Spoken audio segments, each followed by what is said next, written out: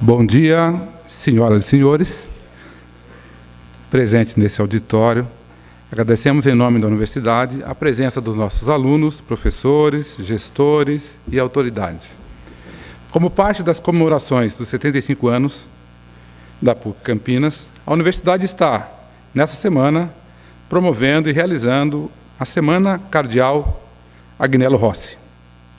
De segunda a quinta-feira, as atividades têm acontecido nesse auditório, sempre às 10 horas, e o encerramento, que será realizado no dia 16 de setembro, ocorrerá no auditório Dom Gilberto, conforme programação já divulgada. A semana visa homenagear o cardeal Agnello Rossi, que ajudou a consolidar os alicerces desta universidade. Na semana tem se promovido palestras, uma mostra temática e o lançamento do livro sobre a vida e a obra do cardeal Agnello Rossi. Na manhã de segunda-feira, por ocasião da abertura, apreciamos o lançamento da mostra denominada Cardeal Agnello Rossi, a missão de educar e instruir pessoas, que encontra-se no hall desse auditório.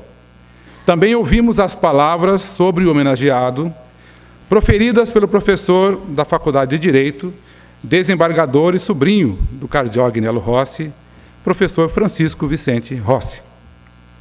Na manhã de ontem, ouvimos mais sobre o cardeal Agnello Rossi nas palestras Reminiscências, proferidas pelo professor Heitor Regina e pelo professor Luiz Antônio Razeira.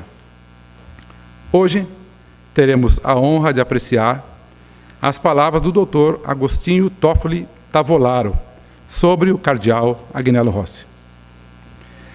Cumprimentamos os membros da mesa de honra, Dr. Agostinho Toffoli Tavolaro, presidente da Academia Campinense de Letras, e o professor Dr. Luiz Arlindo Feriani Filho, diretor do Centro de Ciências Humanas e Sociais Aplicadas e professor docente da Faculdade de Direito desta universidade, que acompanhará nosso convidado à mesa. Destacamos a presença da nossa magnífica reitora, professora doutora Ângela de Mendonça Engelbrecht. E aproveitamos esse momento também para, em nome da Pontifícia Universidade Católica, agradecer a presença do Monsenhor Adriano Brolesi, professor da Faculdade de Teologia e da Faculdade de Direito, e presidente do Tribunal Eclesiástico. Teremos agora um momento especial em que apreciaremos a história do cardeal Agnello Rossi por meio do vídeo produzido pela TV PUC Campinas em sua homenagem.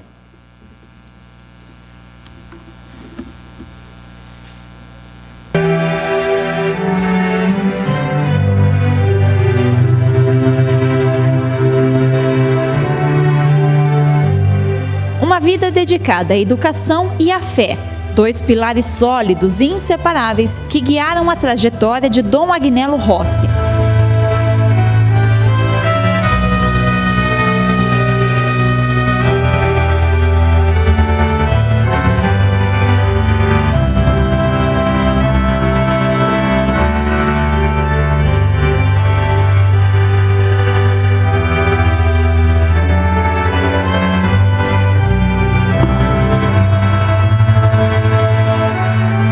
Dos principais responsáveis pela fundação da PUC Campinas e também o brasileiro que alcançou um dos mais altos postos da Igreja Católica em Roma, teve o início de sua história em Campinas.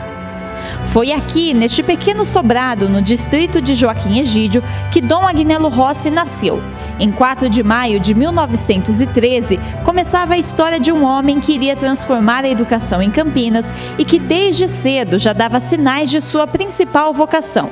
Toda a infância do meu tio, meu avô contava lá em Joaquim Egídio, ele brincava de celebrar missa. Desde pequenininho, meu pai era mais velho, ficou coroinha da igreja e ele, assim, bem criança mesmo, já queria acompanhar meu pai. Sabe, quando meu pai ajudava a missa, ele ficava do lado, como quase assim, 4, 5 anos de idade já queria ficar perto do altar. Ainda durante a infância, aqui em Joaquim Egídio, por uma coincidência do destino, Dom Agnello Rossi já tinha contato com outra figura muito importante na construção da PUC Campinas. A família de Monsenhor Emílio José Salim tinha uma venda no distrito de Sousas, vizinho à casa dos pais de Agnello. O contato entre os dois marcava o início de uma parceria que daria bons frutos num futuro não tão distante. A vida do tio foi também muito ligada à vida do Monsenhor Salim. Até o local do nascimento, os dois eram de comunidades vizinhas. E um dia, meu avô veio dizendo que o pai do seu Salim, que era seminarista, ia estudar em Roma. E o tio, que era criança, começou a falar: eu também vou ser padre e vou estudar em Roma. Vocacionado para o seminário, Dom Agnello Rossi iniciou seus estudos em Valinhos. Logo em seguida, foi para o Colégio Pio Brasileiro em Roma, onde foi o aluno de número 1 dos registros. Em 1937, tornou-se padre e então retornou ao Brasil. Já em solo brasileiro, Dom Agnello trabalhou como secretário de Dom Francisco de Campos Barreto, idealizador das faculdades campineiras, que mais tarde se tornariam PUC Campinas. Foi também neste período que ele se reencontrou com Monsenhor Salim, que já trabalhava na criação da universidade. Dom Agnello contribuiu muito desde o princípio com a instituição da PUC, desde o início. E trabalhou incansavelmente para que essa instituição fosse, de fato, expressiva.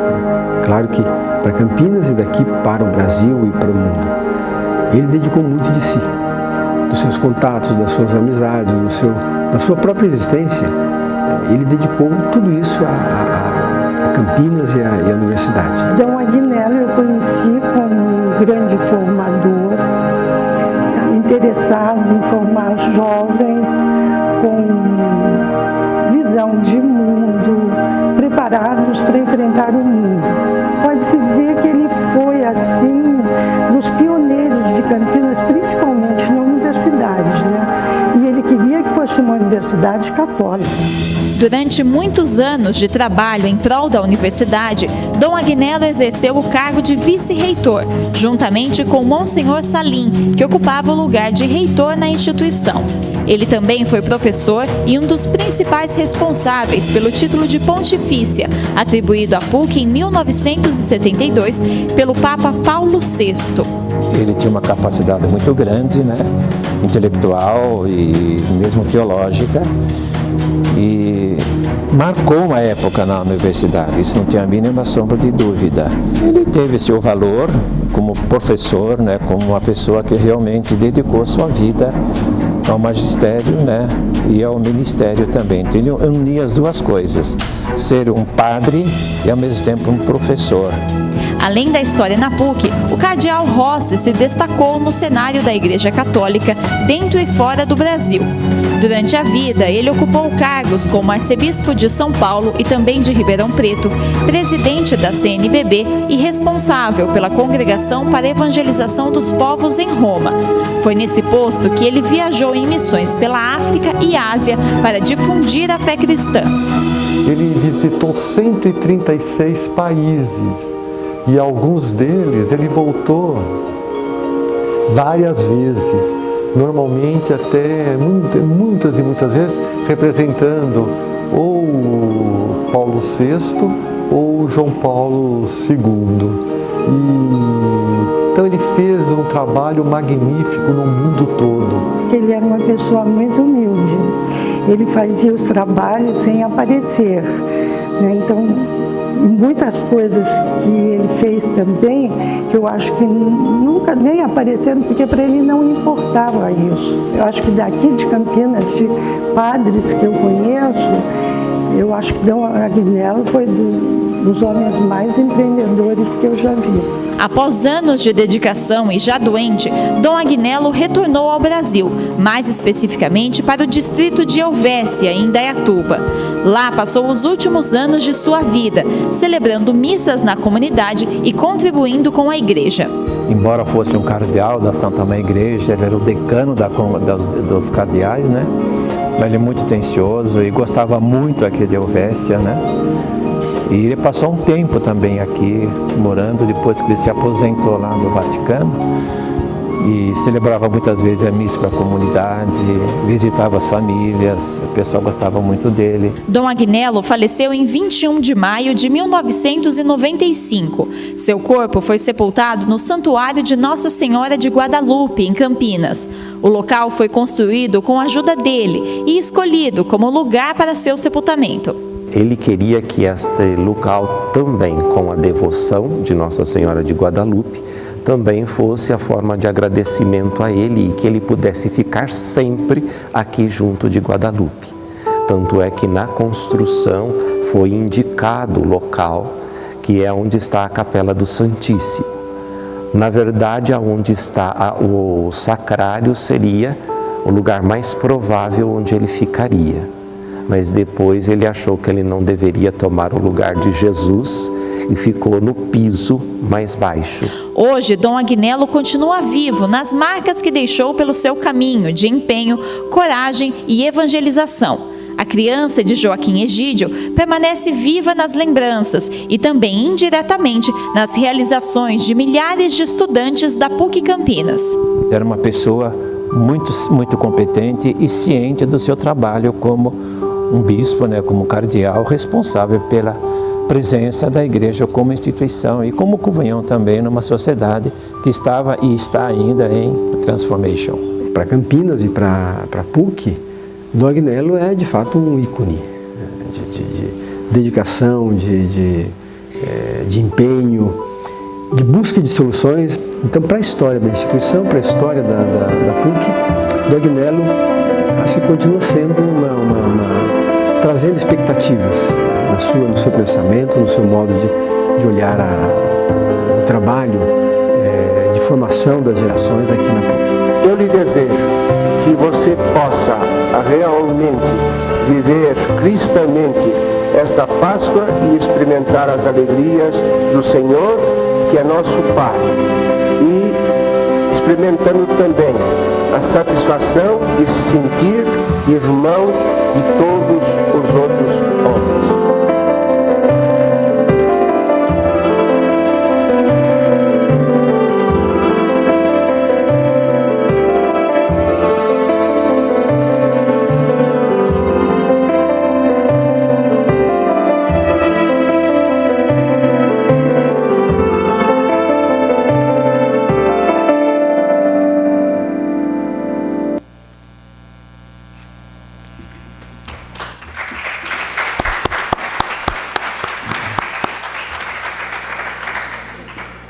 Passo a palavra ao professor doutor Luiz Arlindo Feriani Filho para fazer a apresentação à comunidade do nosso convidado, doutor Agostinho Toffoli Tavolaro, e acompanhá-lo na mesa. Bom dia a todos e a todas. Queria dizer inicialmente que é um prazer ter a oportunidade de participar de um evento grandioso e muito bem organizado, como tem sido esse e está sendo, durante essa semana importante.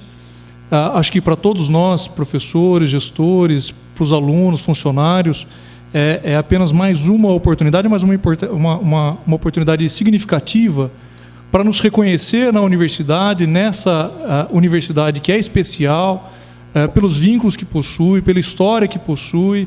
E essa história está muito ligada com todos esses docentes que têm vindo esses dias, com a história do Dom Agnello Rossi. Enfim, isso nos permite entender melhor essa história toda, nos reconhecer nessa história, contribuir também para que ela se solidifique e se fortaleça. Portanto, é um prazer e uma honra fazer parte desse momento absolutamente especial, Agradeço, portanto, nesse momento, pela oportunidade e, em especial, aí, esse agradecimento vai à professora Ângela de Mendonça Engelbrecht, a nossa magnífica reitora, que está aqui presente. Muito obrigado, professora. Ao professor Germano Rigassi, vice-reitor, responsável aí pelo grupo de trabalho que organiza uma série de atividades comemorativas desses 75 anos. Essa é uma delas, uma a mais. A professora Janaína Valério, que também integra esse grupo, coordenadora do museu, diretora da Faculdade de História, aqui do nosso centro. Então, muito obrigado por essa oportunidade e todos os demais componentes desse grupo de trabalho. Saudar aí também a presença de todos os demais professores, alunos presentes. Já foi destacado, mas eu chamaria atenção de novo ao professor Aquino, né? A doutora honoris causa, que muito nos honra aí pela presença. Professor Adriano Brolesi, me perdoem se eu esquecer algum, né? Mas professor Adriano Brolesi, nosso professor aqui da Faculdade de Direito também. Professor Francisco Vicente Rossi, que mais do que todos, né? Tem participado todos os dias e tem especial interesse e carinho, porque é o tio dele, inclusive, que capitaneia aí todos os esforços dessa semana e tem sido muito interessante, inclusive, perceber esse convívio próximo, não só deles, mas também da universidade. Isso para a gente tem sido muito rico, né? Os familiares do professor que têm participado todos os dias, acho que isso para a gente é muito interessante. Como eu disse, é um momento muito importante e essa importância não se dá só na apresentação de tudo aquilo que já ocorreu, e esse vídeo mostra um pouco disso, mas também porque até o momento vieram aqui diversas pessoas com falas muito bonitas e muito interessantes e particularmente eu preciso ainda agradecer mais porque todos que falaram até agora aqui foram meus ex-professores. O professor Francisco Vicente Rossi foi meu professor, eu tenho muito carinho, muita honra de ter sido seu aluno, né? O professor Razeira ontem falou aqui, foi meu professor no Pio XII, cursei o Pio XII lá, ele foi meu professor de português com muito prazer. O professor Heitor Regina, que foi professor de praticamente todos os outros aqui da Faculdade de Direito, foi também meu professor. E hoje eu vou ter a honra aqui de também ouvir mais uma vez o meu ex-professor. E eu já peço desculpas para ele, porque eu vou ler um pouco do currículo dele, mas o currículo dele é muito extenso. Então eu vou pedir desculpa para resumir um pouco aqui. O professor Agostinho Toffoli Tavolaro, ele se formou aqui na PUC de Campinas, em Direito, em 1959. É atualmente o presidente da Academia Campinense de Letras. Essa presidência é exercida desde 2007, portanto há um bom tempo, é um dos membros da academia, né? Autor de inúmeros, diversos livros em várias áreas, né? Advogado sócio da Tavolaro e Tavolaro Advogados Associados, um advogado de renome, não só na cidade de Campinas, mas em toda a região e no Brasil. Ex-membro do Comitê Permanente Científico da International Fiscal Association, ex-presidente da Associação Brasileira de Direito Financeiro, acadêmico da cadeira número 14 da Academia Brasileira de Direito Tributário e, dentre outras coisas, foi professor aqui nessa casa da Faculdade de Direito Comercial e, portanto, é um grande prazer recebê-lo e realmente uma honra poder ouvi-lo novamente. Eu devolvo a palavra ao professor Donizete e agradeço desde já a presença de todos e, mais uma vez, do professor Agostinho. Passo a palavra ao doutor Agostinho Toffoli Tavolaro para proferir a palestra Dom Agnello Rossi e a Pontifícia Universidade Católica de Campinas. Muito obrigado. Bom dia a todos. Destacando desde logo a presença da nossa magnífica reitora. Vocês vão me perdoar, primeiro. O desembargador Francisco Rossi, que aqui está, me pediu para trazer por escrito a palestra. Eu não estou na minha lista de autores prediletos. Quando eu escrevo alguma coisa, também como advogado, e aqueles que fazem direito vão perceber isso, normalmente a gente não tem nem tempo de reler o que escreve. Eu só me preparo mesmo quando eu vou fazer sustentação oral no Supremo ou nos tribunais superiores. Fora isso, eu não leio o que eu escrevo. Normalmente não leio mesmo. Mas eu quero destacar aqui a presença do desembargador Francisco Rossi. Chico, vou te chamar de Chico, desculpa, viu? Não dá. É outro problema que eu tenho. Eu não sei ser formalístico. Me desculpe, viu, gente? Eu uso o nome, uso o apelido. Olha, excelentíssimo, excelência magnífica, eu só uso uma vez. Eu tive aqui o vice-presidente atual, presidente da República, Michel Temer. Falei, Michel, quer dizer, eu tenho o protocolo da vice-presidência da República. Aí eu falei, Michel, desculpe. Você vai ser Michel mesmo, a gente se conhece há tanto tempo, não vou ficar rasgando seda de jeito nenhum. senhor presidente do Tribunal Eclesiástico também, que eu vou fazer uma referência especial, certo?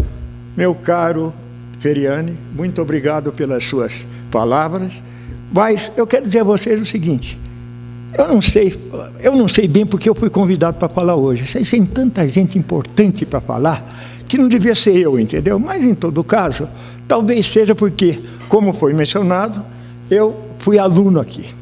Aliás, fiquei sabendo que vocês vão ter a semana jurídica agora. Eu fui aluno, me formei em 59. Aliás, uma formatura diferente, porque eu me formei em outubro, 10 de outubro de 59. Vocês sabem por quê? Era o centenário de Clóvis de Bevilacqua. E houve um decreto do governo autorizando que os 5º anos daquele ano, que não houvessem, que não tivessem, que concordassem em não ter férias, poderiam se formar no dia 10 de outubro. Então, me formei 10 de outubro. Ajudou bastante, viu? Principalmente porque eu me inscrevi quase imediatamente na ordem. Meu número de ordem, e vocês que vão entrar depois na ordem dos advogados, vão ver que hoje o número deve estar acima de 400 mil. Quase lá. O meu está quase lá, né? O meu número de ordem é 11 mil. Vocês vejam que eu estou lá embaixo. Quer dizer, e o pessoal me vai falar, Agostinho, o que é isso daí? Você é tão velho assim. Aliás, há 2 anos atrás morreu um colega meu com 97 anos de idade. E a verdade é o seguinte, quando começou a nossa faculdade, era a primeira faculdade do interior paulista, e muita gente que sempre teve o sonho de ser advogado ou de fazer direito, veio estudar. Então, eu tive colegas muito mais velhos do que eu. Eu me lembro do Dr. Olindo, por exemplo, que as filhas dele estavam no último ano da filosofia, e era meu colega de turma. E outro dia morreu Osmar Salles Figueiredo, que muitos de vocês talvez conheçam. Osmar morreu com 97 anos. E quando eu mencionei alguém, assim, não, foi meu colega de turma, o sujeito olhou assim para mim e falou, puxa, mas você está bem conservado, hein? Mas é isso daí, gente. Mas vejam, então, além disso, falaram da semana jurídica. Eu quero dizer a vocês que eu fiz a primeira e a segunda semana jurídicas dessa faculdade. Inclusive, na primeira semana eu apresentei uma tese de direito que era da cláusula rebus sic stantibus, que me valeu a primeira viagem de avião que eu fiz na minha vida. Fui defender essa tese depois em Natal, na Semana Jurídica Nacional de Direito que houve em Natal, no Rio Grande do Norte. Bom, depois vim lecionar aqui ainda, você mencionou, e eu quero dizer que, como a minha vivência é muito internacional, realmente, muito direito internacional também, o direito comercial, não sei se você chegou a pegar, mas eu depois mudei. Eu passei para International Business Law, direito comercial internacional. Muito melhor do que direito comercial que... Gente, tem umas materinhas que a mim que são meio chatas, sinceramente, viu? E eu não gosto de ser chato. Na verdade, se vocês me podem falar, professor, o senhor precisa... Eu não vou dar aula de sabedoria jamais. Quer saber? Tem livro, ó, livro tal, vai lá e estuda. Comigo, vamos ver as dúvidas que vocês têm. Tá certo? Bom, depois disso, eu ainda fui, como ele mencionou, fui membro da International Fiscal Association, que tem sede na Holanda, e eu fui vice-presidente até lá. Foi interessante porque eu tive um contato enorme como vice-presidente, membro do comitê executivo, com todos os reis e príncipes daquela época. Rainha, o rei da Suécia, a rainha da Holanda, o príncipe herdeiro da Dinamarca. Olha, gente, e os nomes de governo daquele tempo, porque é uma associação extremamente importante. Bom, e quero também dizer agora do meu prazer de estar aqui e por que eu também estou sendo convidado. Principalmente, eu acho, porque eu sou presidente da Academia Campinense de Letras. Esse ano eu devo deixar, eu vou completar 10 anos e, na verdade, eu fiquei os 10 anos porque, eu vou ser sincero para vocês, não acharam outro otário para ser presidente, entendeu? Então, lá fui eu.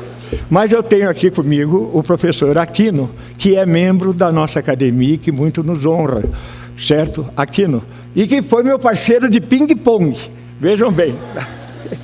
E jogava bem, hein? E jogava bem. Ele e os irmãos. E tivemos também na nossa academia, Academia de Letras, um número enorme, quase 4/5 dos 114 acadêmicos que tivemos até hoje, tivemos porque somos vitalícios lá.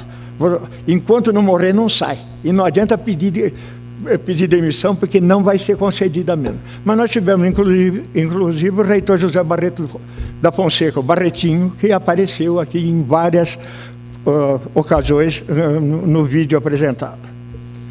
Dom Agnello, nós sempre chamamos a ele de Dom Agnello, nunca usamos o nome inteiro, porque ele teve uma vivência muito grande aqui em Campinas, principalmente na área da educação. E é uma figura histórica. Professora Janaína, desculpa se não mencionei seu nome, mas eu vou mencionar depois, eu acho. Mas, olha, não, como eu disse, não estou lendo isso daqui não, tá? Bom, na verdade, eu não vou nem falar mais sobre a biografia dele, porque a biografia dele já veio muito bem aqui.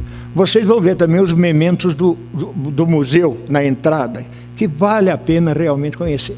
Porque nós temos um grande problema no Brasil. Eu sou membro também da Academia Paulista de História. E o nosso problema é o seguinte: o Brasil sofre de uma amnésia total, geral. Nós não temos memória.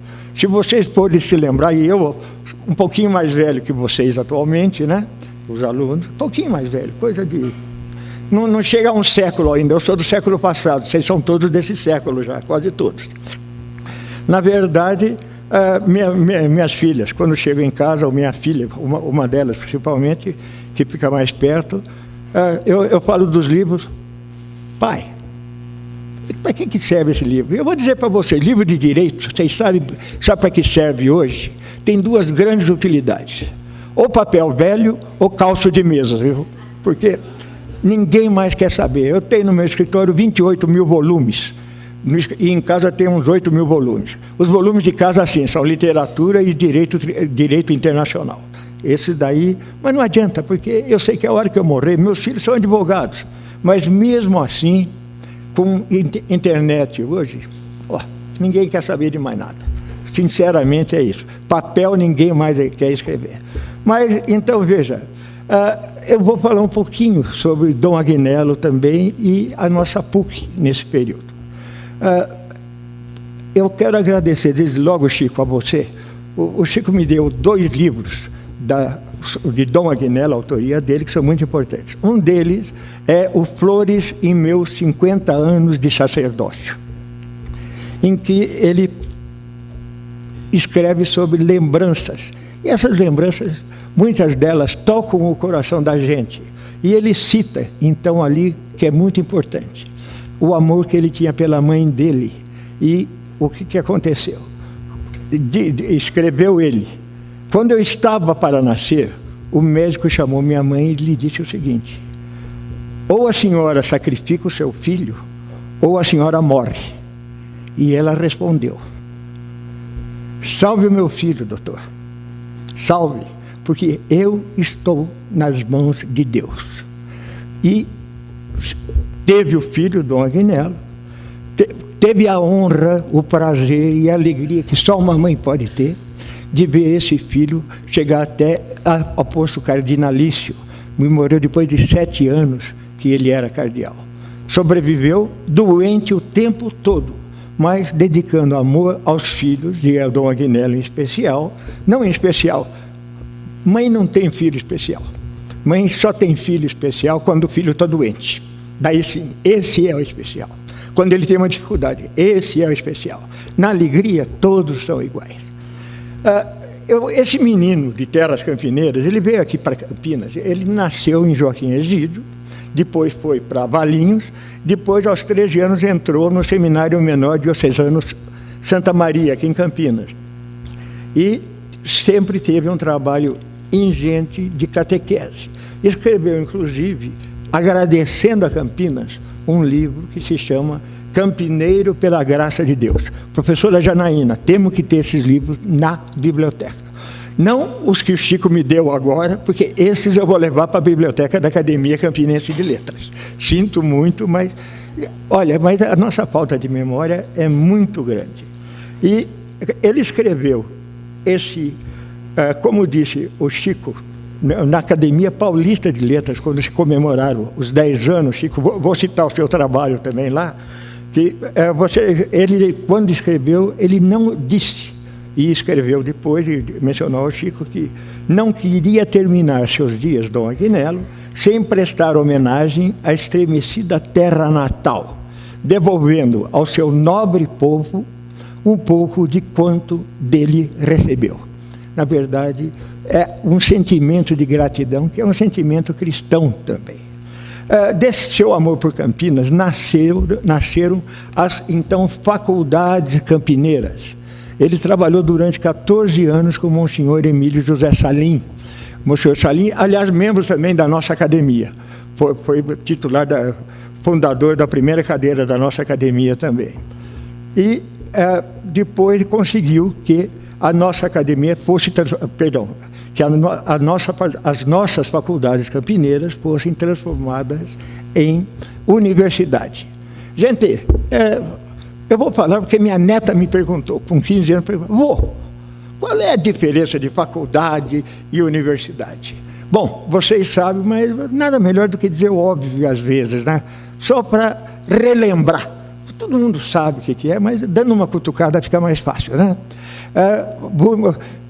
Qual é a diferença entre faculdade e universidade? Eu falei, faculdade, minha filha, minha neta. Eu chamo todo mundo de filha, viu? A gente, depois de uma certa idade, mistura tudo, inclusive os nomes. Eu atrapalho tudo. Mas ela disse, me perguntou, e eu falei, olha, o que acontece é o seguinte, faculdade é dirigida a um ramo específico do conhecimento humano. Faculdade de Direito é uma, de Engenharia é outra. Universidade significa o quê? Universidade significa a reunião das várias áreas de conhecimento humano. É o conhecimento universal, universidade universal. É o conhecimento de tudo, por isso que é a universidade. E a nossa foi universidade, primeira universidade. Depois, quando eu estudei, eu acho que era só faculdade, ainda não era nem universidade, não era a PUC ainda não. Depois que passou a PUC, 59, foi em 60 e poucos, né, que passou a universidade, se eu não me engano. Desculpe, matéria de data, eu digo para vocês, se vocês quiserem, vão ler. Eu escrevi aqui, vocês vão ler e procurem saber o que é. Depois, então, graças também ao trabalho de Dom Agnello, a nossa universidade tornou-se universidade pontifícia. E alguém me perguntou também, é gostoso, porque vocês jovens fazem perguntas, e fazem perguntas, eu tive no meu escritório mais de 600 estagiários, estudantes de Direito. E o bom do estagiário é que ele faz pergunta que, às vezes, os advogados têm vergonha de fazer. Vocês sabem disso? Então, um deles perguntou, mas, doutor, por que é pontifícia? Qual é a diferença? É que a Pontifícia Universidade, essa é ligada diretamente à Santa Sé. Pontifício significa papal. É ligada diretamente à Santa Sé, então, ou seja, é ligada diretamente ao Papa, através dos organismos papais no Vaticano. E foi o que nós tivemos. Então, existe no mundo 1.300, desculpa, estou lendo aqui porque agora número também não é comigo, mas nem de telefone, imagine. Os únicos números que eu sei melhor um pouco são de artigo de código, do antigo Código Civil, porque do novo também, olha gente, me desculpe, já não sei mais. Mas 1.358 universidades católicas no mundo inteiro, de acordo com a Wikipedia. Dessas 1.358, pontifícias são um número muito pequeno. Para vocês terem uma ideia, Brasil tem 8 pontifícias católicas, 8 universidades pontifícias. E dessas 8, temos essas 8, mas temos outras que são só universidades católicas. E o outro país que está conosco nesse grande número de pontifícias é somente a Itália, também tem 8. Abaixo de nós tem a Índia, com 5 universidades católicas. Vou fazer pesquisa, viu, gente? Porque eu não quero falar de história para vocês, que é chato para burro, né? Vocês já viram aqui. Aliás, eu devo recomendar a professora Janaína, aquele trabalho que vocês fizeram também de audiovisual. É muito importante. Eu gostaria que, se pudesse depois apresentar aos alunos, vale realmente a pena, viu? Bom, na vida de Dom Agnello, então, o que eu iria destacar? Desculpe que agora aqui é aquele calo profissional de advogado, né? de estudante de direito, estudioso do direito até hoje, aprendendo, inclusive com meus estagiários, viu? Porque é muito importante. a gente se atualizar e ouvir deles as dúvidas, porque, como eu disse, às vezes a dúvida do estagiário não é dele, não, é dos advogados, só que tem vergonha de falar nas reuniões de advogados e não falam. Então, é muito bom que deem voz àquelas dúvidas.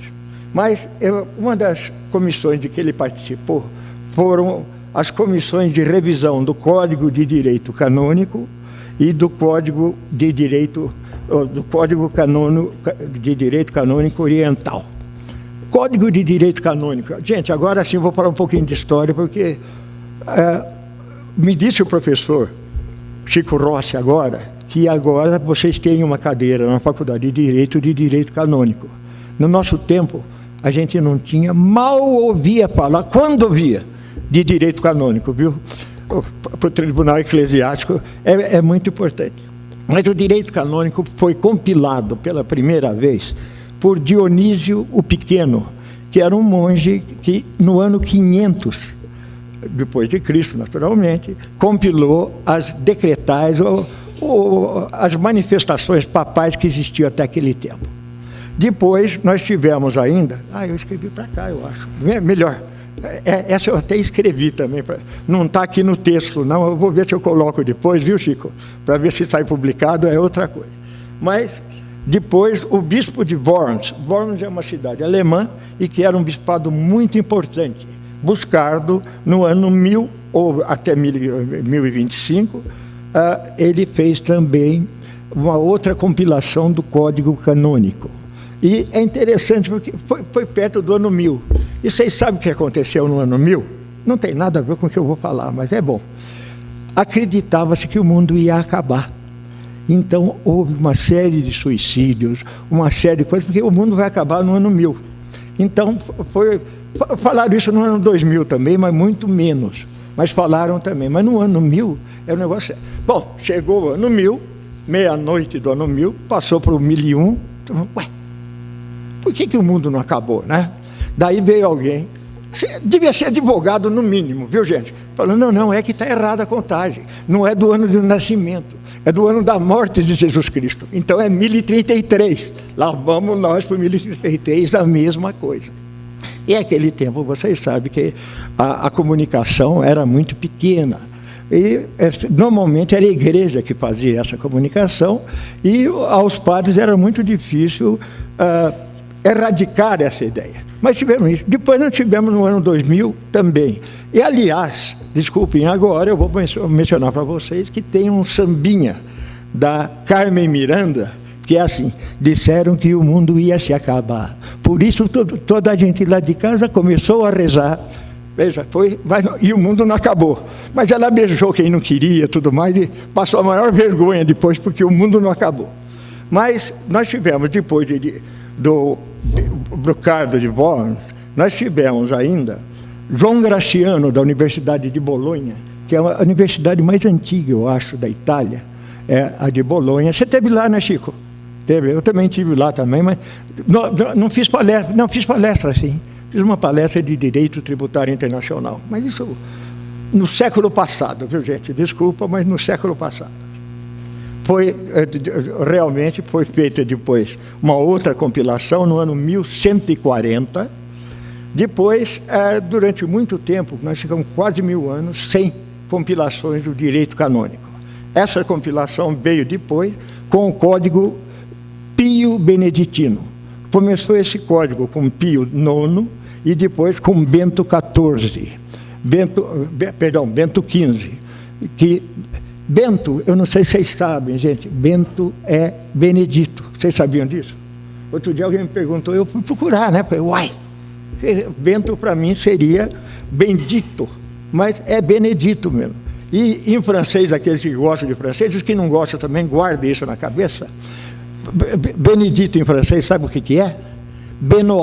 Benoit escreve. E outro dia eu fui a um médico da minha mulher, e é o doutor Benoit, que é mais complicado ainda, mas é também o Benedito, é o Benoit falado no sul da França.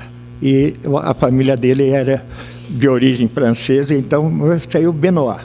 Mas nós tivemos esse código, e é interessante, porque o código beneditino e depois o código onde agora se entrou Dom Agnello na comissão, nós temos 2 códigos de direito canônico. O Código de Direito Canônico Latino e o Código de Direito Canônico Oriental. Oriental reúne as igrejas orientais, as igrejas ortodoxas principalmente, mas guardando as peculiaridades de cada região. É interessante notar, até Umberto Eco, de quem talvez você já tenha ouvido falar por causa do nome da rosa do romance, num dos últimos livros dele tem um romance chamado Baldolino. E o Baldolino é um personagem fictício, mas que se dizia filho adotivo de de Fernando Barbarossa, que era o imperador do Sacro Império Romano. E nessa época ele foi um dos membros de uma cruzada para liberar Jerusalém, que já estava na mão dos maometanos. O sultão era Saladino, inclusive, e foi uma cruzada em que entraram o Sacro Império Romano, que pegava Itália e pegava Alemanha. Não que a Alemanha existisse naquele tempo, era germânico até, mas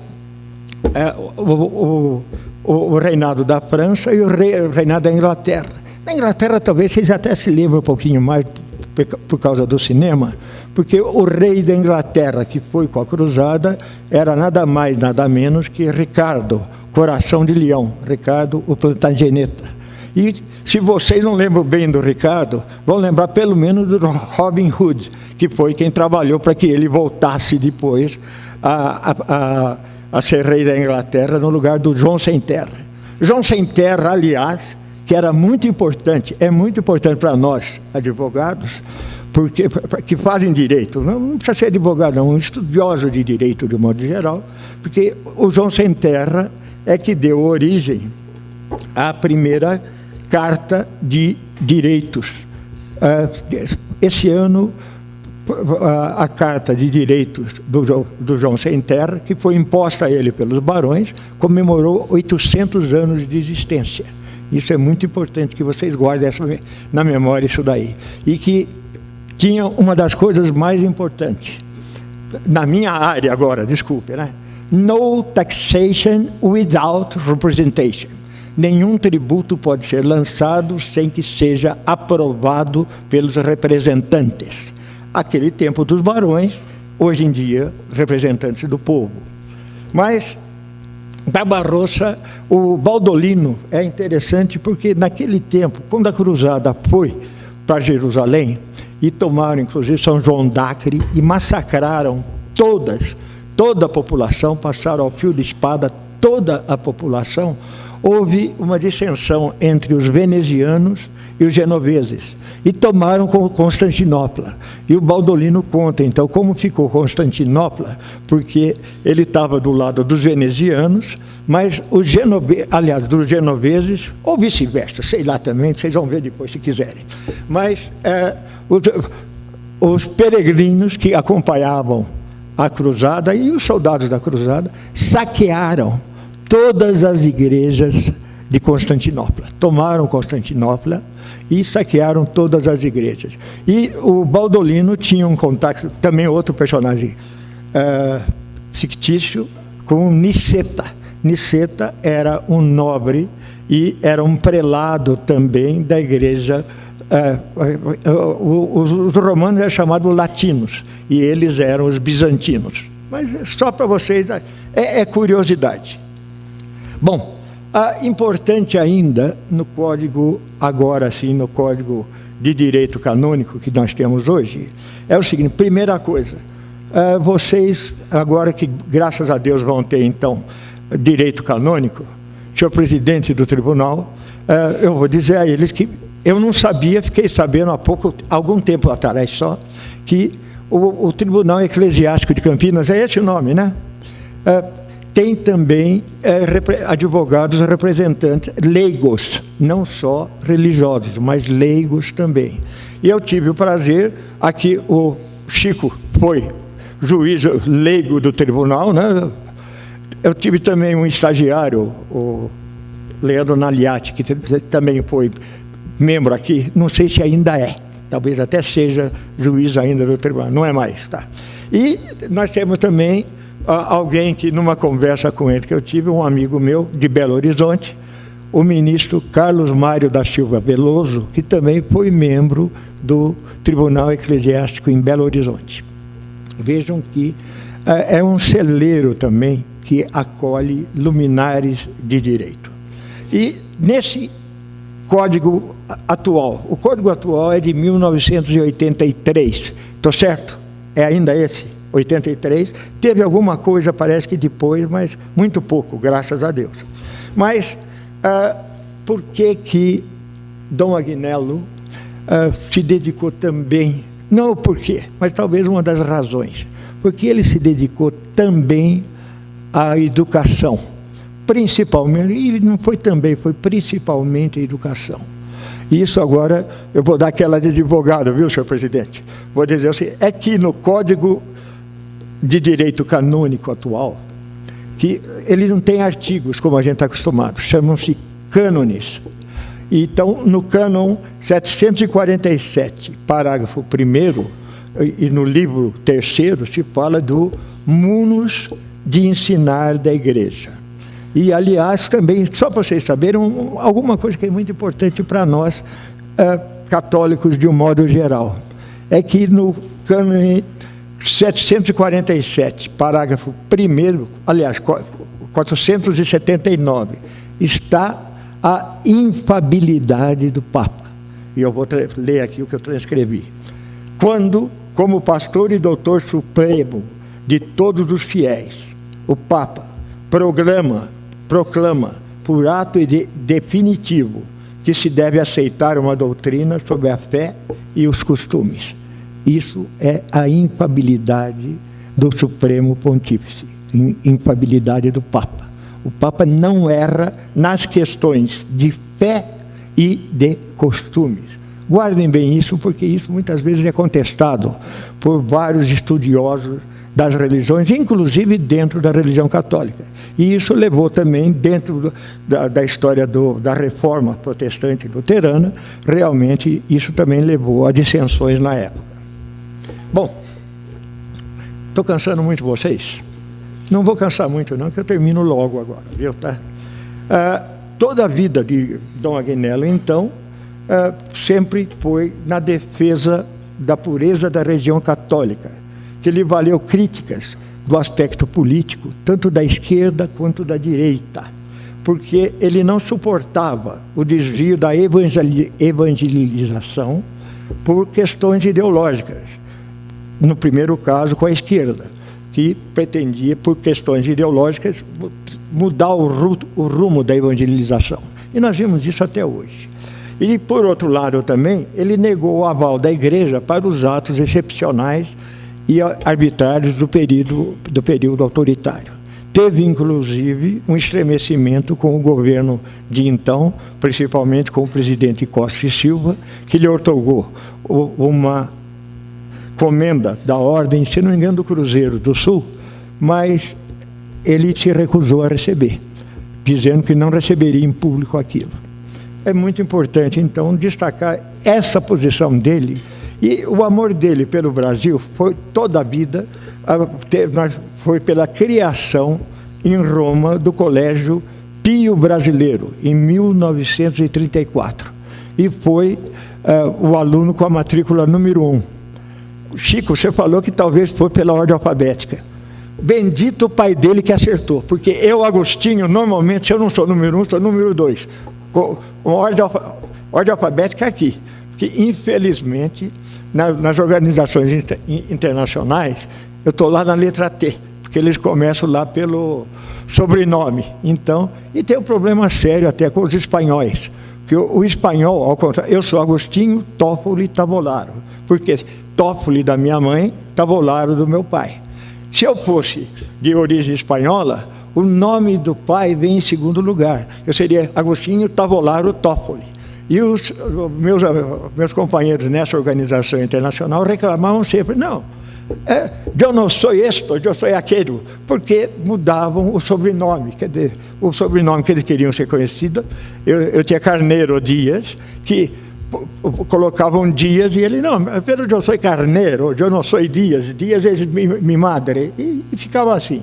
Bom, do seu amor do Brasil, então, nós temos essa criação do Pontifício Colégio Pio Brasileiro, em 34, e também é importante, na dedicatória do livro dele, Campineiro pela Graça de Deus, vê-se que ele ainda dedica ali ao Monsenhor Luiz Fernandes de Abreu o livro, dizendo que ele é soldado fiel a Deus e à pátria. E nesse soldado fiel, como sacerdote a Deus, mas soldado fiel à pátria, porque vou contar uma coisa para vocês, meu pai foi revolucionário de 32, eu escrevo muito sobre isso. E em 1932, Monsenhor Abreu, Luiz Fernandes de Abreu, foi preso na frente de Amparo, ele lutava ao lado dos paulistas, foi preso com parabelo na mão, porque lutava não por São Paulo, lutava pela pátria, porque a Revolução Paulista foi uma revolução para a defesa do Brasil, e não foi separatista, foi uma revolução em cujo lema era pró-Brasil, fiat eximia, faça-se o melhor pelo Brasil, não era por São Paulo. São Paulo queria que o Brasil tivesse o melhor.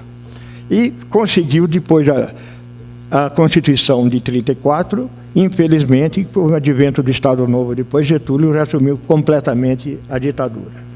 E ele dedicou também esse livro a outro membro também da nossa academia, que você conheceu, que era o Celso Maria de Melo Pupo, que organizou aqui em Campinas o Museu de Arte Sacra, onde, aliás, no dia 20, um dos nossos acadêmicos, o Jorge Alves de Lima, vai lançar um livro sobre Carlos Gomes.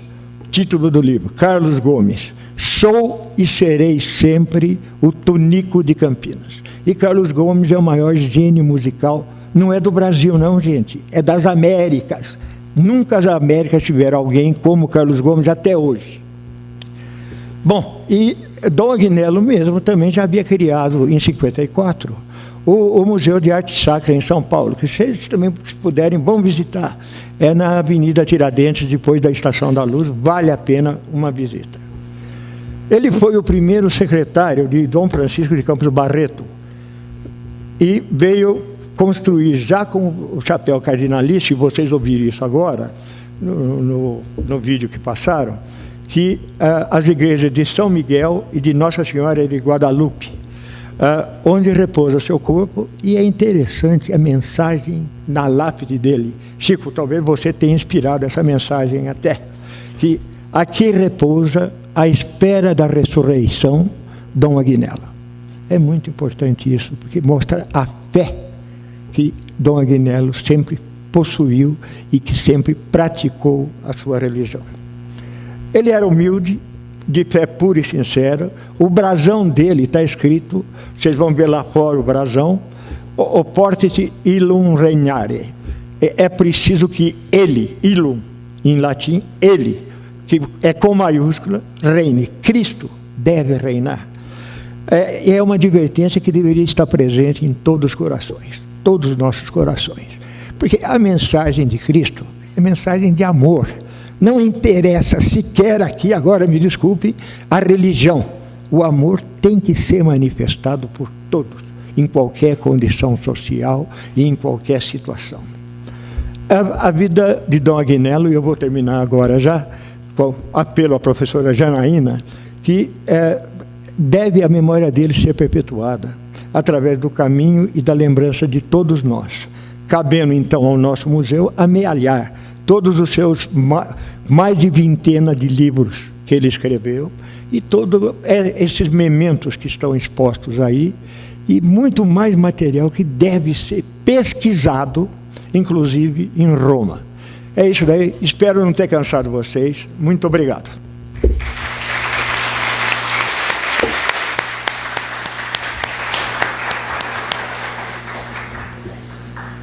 Agradecemos o doutor Agostinho Toffoli Tavolaro e o professor doutor Luiz Arlindo Feriani pelos trabalhos. Convidamos a todos a saudá-los mais uma vez com uma salva de palmas.